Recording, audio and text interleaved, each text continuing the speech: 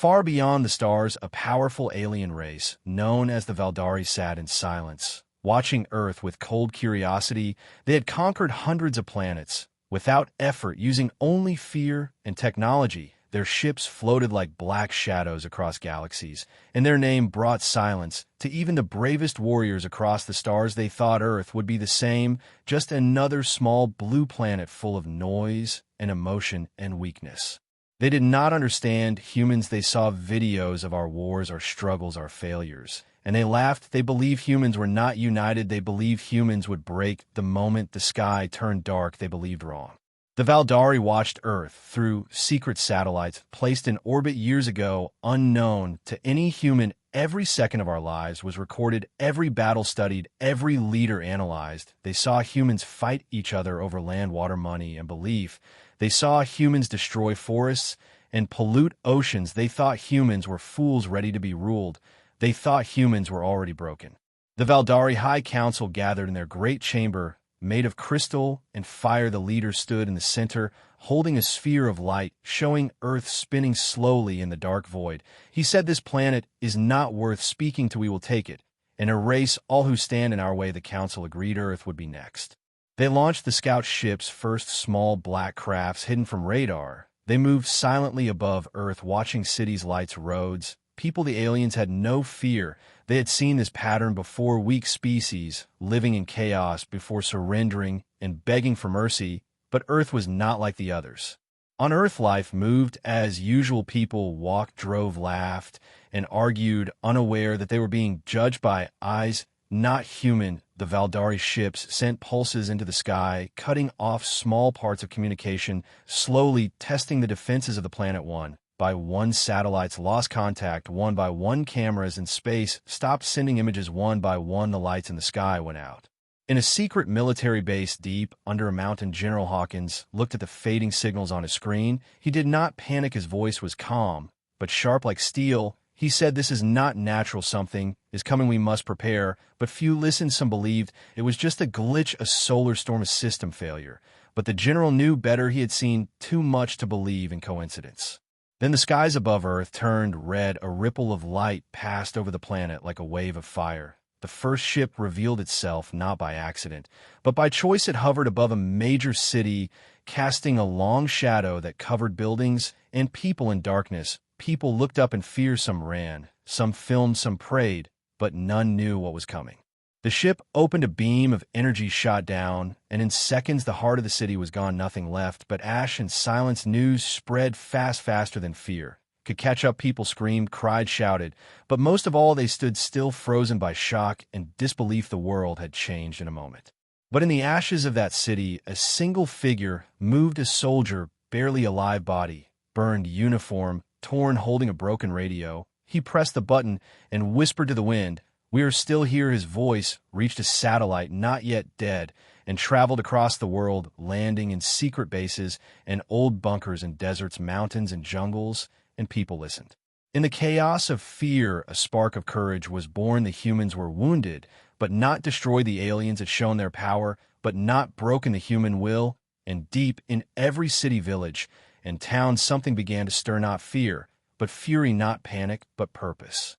The Valdari believed they had started the end of Earth, but they had started something else, something far more dangerous than they imagined. They had started a war with the one species that does not give up, even when hope is gone, even when death is near.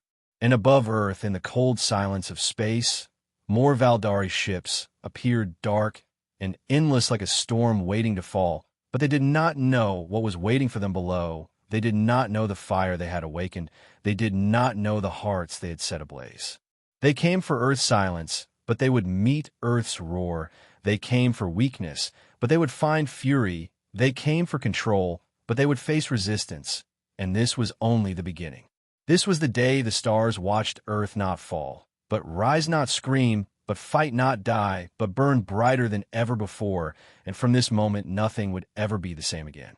The invasion had begun, and so had the story of the humans who refused to kneel, who chose to rise, who would turn their pain into power and their loss into legend. And one day, across the galaxies, the name Earth would be spoken not with laughter, but with fear. Because this was the world that never broke. This was the planet that made the Valdari regret everything. This was the first mistake they would never forget.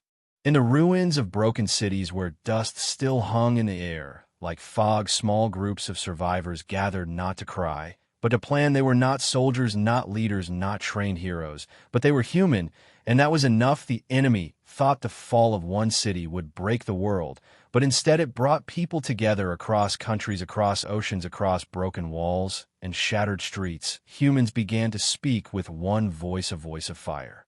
Inside an old subway tunnel beneath what used to be a school, a group of teenagers dragged burnt supplies from a collapsed store. One of them, a girl with dirt on her face and sparks in her eyes, held up a cracked phone with a single message repeating again and again, "We are still here, we are still here," over and over. The signal bounced through hidden radios, connecting strangers, turning silence into strategy.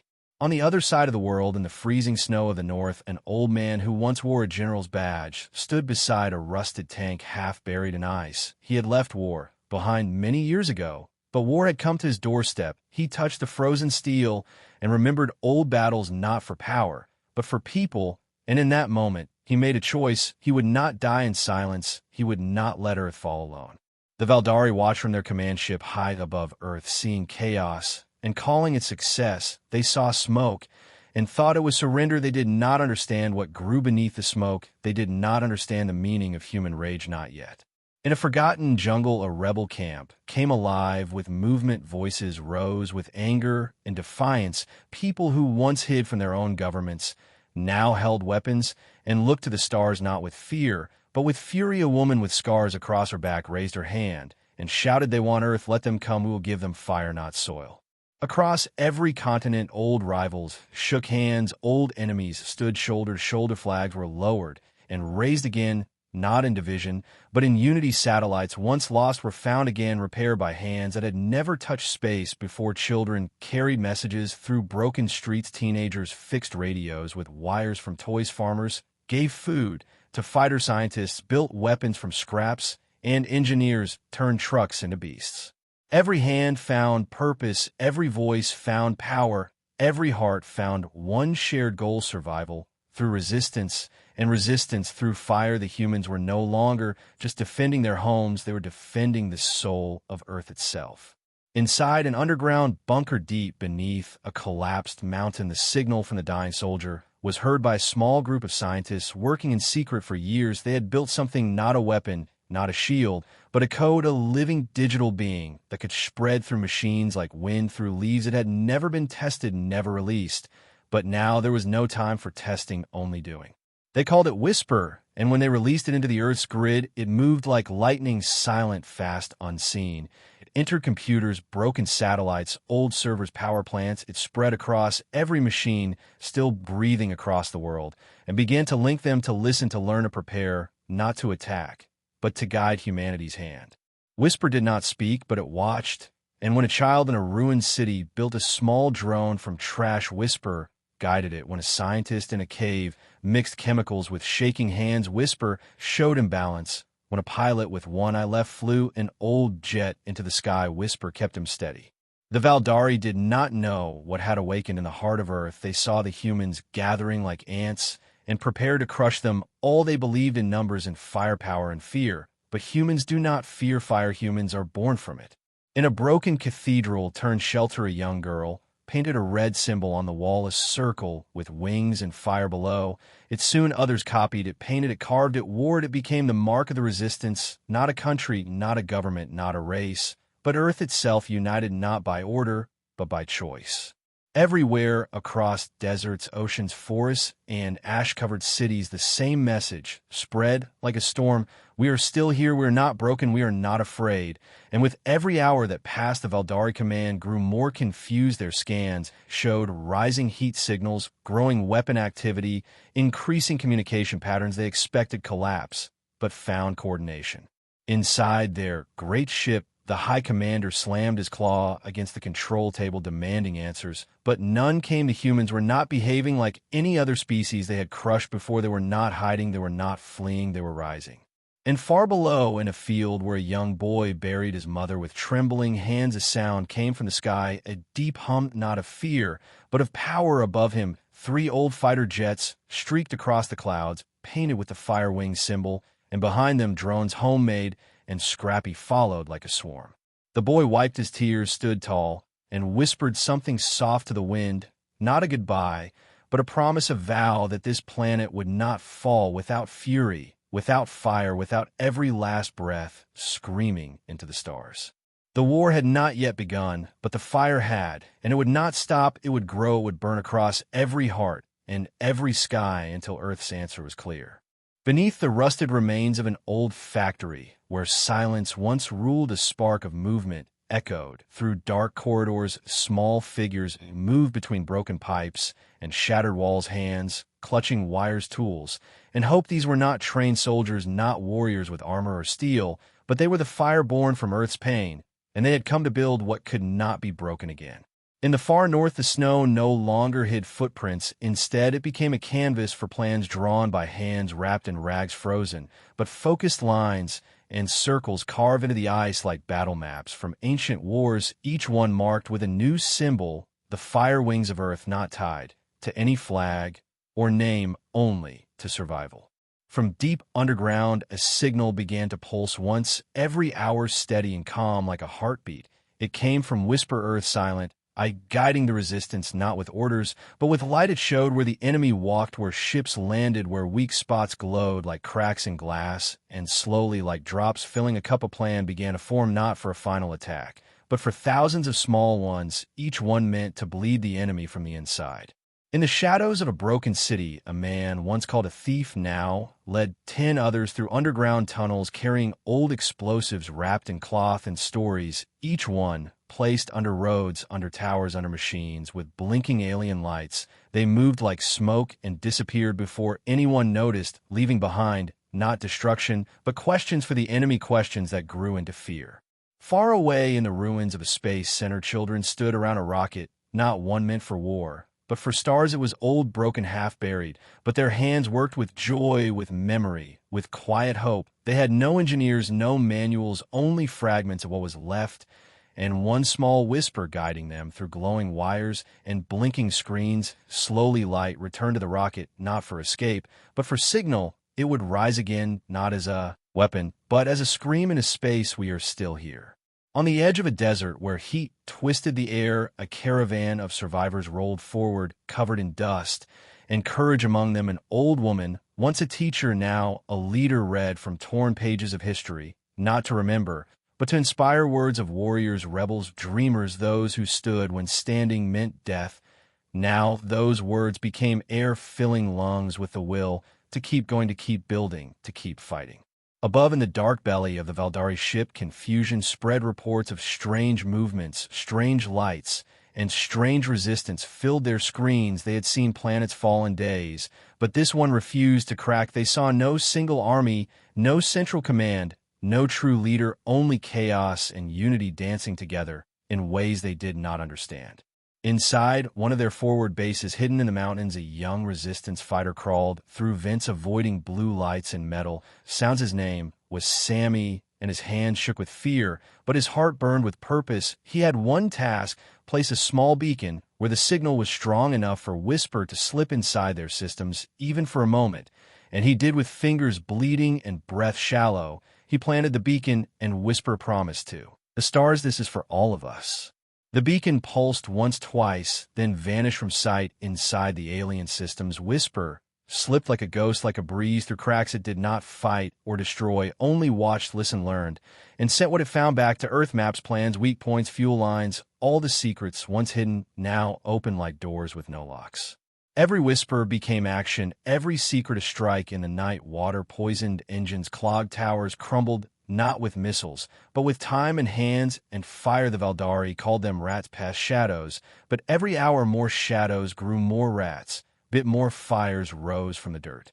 In the skies above, small drones, no bigger than birds, soared on wings made of metal scraps and dreams. They carried nothing but cameras and hope, feeding images back to bunkers in caves, where people planned not just to fight, but to when they saw the enemy up close, mark their paths, counted their steps, mapped their blood. Even nature joined the war. Trees gave shelter, caves became homes, mountains became walls, rivers became traps. Earth itself rose with its people not through magic, but through unity, through purpose, through rage. The Valdari responded with more ships, more fire, more fear. They burned forests, leveled villages, turned oceans red, but still the humans came, still the fire spread, not in lines, but in circles growing outward from every strike, every loss, every scream, not silence but song. In the heart of a crater where once stood a great city, now only dust and broken glass remained, but even there a boy with no name carved the fire-wing symbol into the dirt, and beside him others gathered, and together they lit a torch not for light, but for memory, for those lost and those still fighting. Everywhere on earth fire burned, not just in weapons, but in hearts and stories and symbols and dreams, and the Valdari felt something they had never faced before, not resistance, not survival, but fury pure and ancient, the kind that builds mountains, tears oceans, and shapes stars. The humans were not hiding, they were not running, they were watching, waiting, planning, striking, and the first great battle of this war had begun not with thunder, not with speeches, but with whispers in the dark and fire in the veins. The wind over the ruins sang with the echoes of battle where once stood towers of steel and glass. Now only broken shadows remained, and among those ruins walked Mira, her eyes sharp like winter and her hands wrapped in cloth, stained with oil and blood. She had no rank, no title, only a memory of her sister taken by fire and chains, and that memory burned brighter than the sun ever could.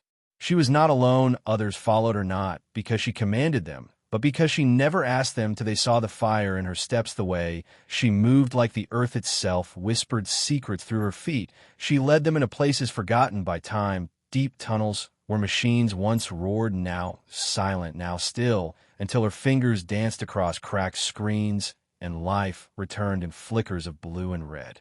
One of them, a boy named Kin, barely 16, never held a weapon before the invasion, but he carried wires like veins across his back, each one stolen for fallen ships, each one humming with purpose under Myra's watch. He connected broken things, turned shattered drones into eyes that flew into the dark, and returned with visions of hope and targets marked by fate. In the northern forest where the snow fell heavy and cold, the enemy moved slowly, their ships hovering just above the treetops, scanning, searching, burning anything that breathed. But they missed the shapes in the snow, shapes that moved like whispers under the trees, a group of hunters, their faces hidden behind masks carved from old helmets, and ice, their weapons simple, but silent arrows tipped with poison glass made from the melted remains of enemy optics. They struck without warning, vanished without trace. They became stories among the Valdari, who feared the forest, who feared the trees that watched, who feared the snow that swallowed their screams and never gave them back. In the cities that still stood, voices rose through the silence, not in anger, but in music, old songs sung with new words echoing through empty streets. People came out from the shadows, not with weapons, but with hands raised, not in surrender, but in unity. They danced on rooftops, painted walls with symbols of the fire wings, lit candles not for mourning, but for defiance. The Valdari try to stop them. But how do you silence a song written in every heartbeat? How do you kill something that lives in every eye?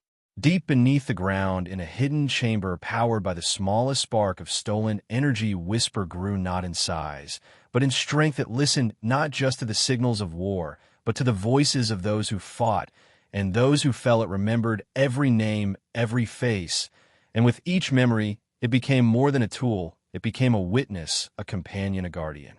It spoke now in fragments, through broken speakers and old radios, in the blink of lights. In the rhythm of code, it guided resistance not by command, but by presence, like a lighthouse for lost ships, like a drumbeat in the dark. A young girl named Luma in a desert camp heard it first, her ears tuned to sound others missed. She built a tower from bones and metal, and on top placed a dish made from a car, hood painted with stars, and fire. The signal came through like rain after a long drought, and her tower became the voice of Earth, spreading messages across the winds, across the skies, across the silence. Somewhere near the burning shores of a poisoned sea, a man called Harlan built machines not to kill, but to protect small robots shaped like crabs and birds crawling into places too dangerous for humans gathering parts, carrying messages, watching, and waiting. One of them, named Grit, followed a Valdari patrol for days, recording every word, every map, every plan, then returned across fire and stormed to Harlan, who smiled and whispered, "Good work, little friend." The fury of humanity was not just in fire, but in laughter, in stories, in hands, holding hands, and mothers teaching children how to read maps, how to count stars, how to run, when the sirens screamed, and fathers weaving armor from rubber tires, and hope in old warriors who carved weapons from the bones of buildings. The Valdari brought machines of war larger than houses, with eyes like suns and hearts of cold metal. But for every machine that landed 10, fires rose. For every fortress they built 1,000 tunnels, twisted beneath. For every scream they caused, a song answered them from the dust. In a quiet cave where the air smelled of old earth and oil, the leaders of the scattered resistance gathered for the first time, not to form a council, but to share food, to share names, to look each other in the eye, and remember why they fought. They spoke not of winning, but of surviving, of making every moment count, every breath a step toward freedom. They left with nothing signed, no vows, no flags, only the fire inside burning brighter than before. Above them in the dark sky, the Valdari mothership pulsed with nervous energy, watching Earth like a wounded beast, unsure whether to strike harder or retreat. Each day, it sent new orders, colder orders, but its captains felt something shifting, something wrong. The humans were not breaking. They were bending like trees in the storm, and bending meant they would rise again, stronger, louder, angrier. Back on the ground in the heart of a dead city, a child with eyes like dusk painted the fire wing on a broken wall and whispered to no one, "We are not done, not yet." In the black sky above the ruined Earth, the Valdari mothership loomed like a moon made of iron and hate, its lights scanning the surface, as if trying to understand what it failed to conquer. Its leaders gathered in silence around a table of light, speaking not with mouths, but through pulses of energy, their faces calm, but their minds restless, for Earth was not dying as they expected. It was waking. In a valley once called Red Rock, where the rivers ran dry and the soil cracked like glass, a group of young survivors built something no one thought possible. They called it Haven, not because it was safe, but because it made others feel safe. Old buses formed the walls, solar panels from crashed drones powered the lights, and at night they told stories under the stars, not of loss, but of the strange hope that never left their bones. Among them was Juno, her arm made of metal and wire, her heart still soft from the memory of her brother who vanished during the first wave. She never cried, not because she was strong, but because her tears became sparks that fed her machines. She built drones that flew like hawks and dropped messages across ruined lands, not bombs, but maps, not warnings, but promises. Far to the east, in a city swallowed by roots and silence, a teacher named Ilya kept a school alive, not with books, but with questions. He asked the children, what if stars could speak? What if dreams could fight? What if we were the storm, not the shelter? And the children answered not with words, but with action. They learned to climb, to read the skies, to build signals using mirrors and smoke. They turned every rooftop into a message, every shadow into a lesson. One day, a Valdari scout ship landed near the edge of Haven, its engines silent, its weapons humming. But before the soldiers stepped out, they were surrounded not by guns, but by laughter. Children ran past them, throwing paint made from berries and ash marking their armor. With fire wings, the Valdari tried to respond, tried to threaten, but their words fell flat in the face of joy that did not fear them. One soldier fell to his knees, touched the mark on his chest, and whispered something no translator could understand. In a deep ocean trench, once home to forgotten monsters, an old submarine powered up, its lights flickering, its hull groaning with age, but alive inside. A man named Roan, once a captain, now just a keeper of machines, whispered to the sea. He sent out signals coded in whale songs and storm patterns, hoping someone would hear him. And someone did. A girl on a coastal cliff heard the hum in her bones and followed it to a cave, where she found an old panel glowing with welcome. Together, they connected oceans to land, built paths of light through coral and stone. The Valdari never knew the ocean was not empty. It was listening, waiting. Meanwhile, a poet named Covey in the mountain village of Ellen wrote lines on walls using charcoal, and hope his words short, but heavy like stars he wrote, where the sun dies, we rise, and the wind carried his message farther than he could ever walk. Villagers passed it from one peak to another, each adding a word, each adding a voice, until the mountains themselves seemed to echo with rebellion. Above, in the orbiting wreck of a human space station, once thought, lost a survivor, named Rhea, kept watch, her face pale, her hands shaking, but her mind sharp. She had seen the invasion from above, seen Earth burn, and now she saw it breathe again. She reactivated the old lenses, aimed them downward, recorded every act of defiance, every spark, and every smile. She called it Project Witness. And every night, she played the footage across the clouds using light so strong it pierced the darkness like thunder in reverse. The Valdari saw it too, could not stop. It could not look away, for the light told a story. They could not erase a story of people who should have fallen, but chose not to. A story of a planet that bled and burned, but still whispered its name through the fire. Whisper, the AI born of war, now scattered across satellites, drones, and even songs in the wind, grew more aware, at peace together. Voices from children, screams from battles, lullabies from mothers. It turned them into code, into guidance, into a map of resistance that no general could predict. It led survivors to weapons buried under temples, to safe zones hidden in graveyards. It spoke through cracks in radio towers and flashes in broken screens. It was no longer a tool. It was memory. It was soul. Back in Haven, Juno placed her hand on the wall of her workshop, feeling the vibration from a message sent by whisper, not words, just rhythm, just heartbeat. And she smiled, for she knew others had heard it too, knew that across deserts, jungles, ruins, oceans, mountains, even in the hearts of the enemy, the spark lived, and they would never kill it. In a small village under a red sky, a child drew a symbol in the dirt, not taught, not copied, but born from dreams. A pair of wings made of fire. Beneath it she wrote 3 words in crooked letters: we are coming. Above the earth, the sky, once known for stars and peace, now burned with trails of fire, as Valdari warships poured through the black like falling gods, each one shaped like a blade, their hulls shining with stolen light. But Earth did not tremble this time. Earth answered not with fear, but with fury. From the deep woods of the north came a sound, not made by animals or machines, but by drums carved from old tanks, and bones. The rhythm spread like wind, calling every hidden fighter, every sleeping rebel, to rise again in the valley of ash near what was once a great city. The children of Haven gathered not as refugees, but as warriors, their hands stained with dirt, their eyes glowing with resolve. Juno stood before them, her metal arm crackling with sparks, a new drone hovering above her shoulder, not to spy, but to sing. Its wings shaped like feathers, its voice deep like thunder. She raised her voice, and the ground seemed to listen. She spoke not of survival, but of storm. She told them that every broken wall was a weapon, every fallen tree a shield, every memory a torch. In the sky above, Rhea, who watched from the old station, saw the warships moving fast like sharks around a bleeding world. She sent out a signal, not to warn, but to welcome a storm of meteors already on course, broken from a forgotten moon, redirected months ago by whisper, now burning bright like divine arrows. One by one they hit the ships, not with bombs, but with EMP pulses crafted from Earth's last science and her oldest rage. The Valdari were confused, their controls failed, their visions blurred, their weapons fell silent, as if the universe had blinked and Earth had opened its eyes. Far below, in a jungle hidden beneath mist and roots, an old soldier named Malik held a blade, once ceremonial, now sharp with grief. He trained fighters in silence, teaching them to strike like snakes and vanish like ghosts. His students wore no armor, carried no banners, but each step they took echoed with the weight of generations. They moved through trees like shadows, and when the first Valdari patrol landed near their camp, they met not surrender, but silence. And in that silence, a blade moved.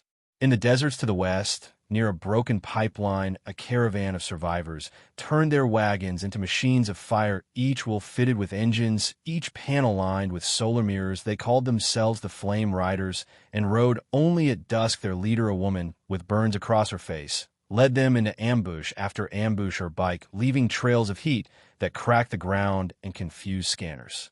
They hit a supply drone dropped from the sky, caught it in a net of magnets, dismantled it within minutes, and turned its parts into weapons and radios, the Valdari never knew how fast humans could become fire. Back in the shattered ruins of what once was a stadium, children practiced throwing orbs made of wire and powder, guided by an old coach who once trained champions. Now he trained survivors, their aim perfect, their speed unmatched. And when the time came, they launched these orbs into the air, turning them into birds of flame, each carrying a message of warning or wrath. The Valdari commanders could not understand why Earth defenses had no center, no leader, no pattern, but that was the point. Earth was not a nation now. It was a hive, a storm, a living resistance, and every voice, every whisper, every footstep fed the fire. In the highest mountain temple, a blind monk named Asha stood before a circle of stone, her hands raised to the wind. Behind her sat warriors, monks, scholars, and even former enemies, once divided by borders, now united by memory. They spoke not of gods, but of purpose. They lit candles not for prayer, but for power. Each flame carried a wish, and each wish became a signal sent through the wind using particles and sound. Above the clouds, whisper listened and translated the prayer into code, into movement, into fire. It reached into abandoned satellites, turned them into mirrors, and aimed them at the ships in orbit. The light bent and focused, turned into lances of energy, not to destroy, but to blind, to scatter, to open paths. And through one of those paths came a ship, not human, not Valdari, but something older, a craft buried for centuries under Arctic ice, now awoken by heat and need. It rose without sound, moved without fuel, its shape fluid, its walls alive, and inside it no crew, only memory, and memory chose a path of vengeance. It reached out to Juno, to Rhea, to Malik, to every fighter, and offered knowledge, maps, frequencies, even dreams.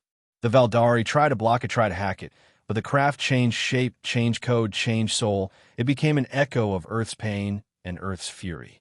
In Haven, Juno stood on a tower of old steel, her eyes locked on the sky as fire danced above her. The drone beside her glowed with messages from whisper, from allies, from the storm. She raised a flare, not to signal help, but to signal start.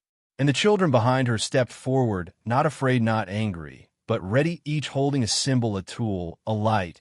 And from the tower, she shouted one word, and that word was heard across broken cities, across quiet forests, across burning skies. Together.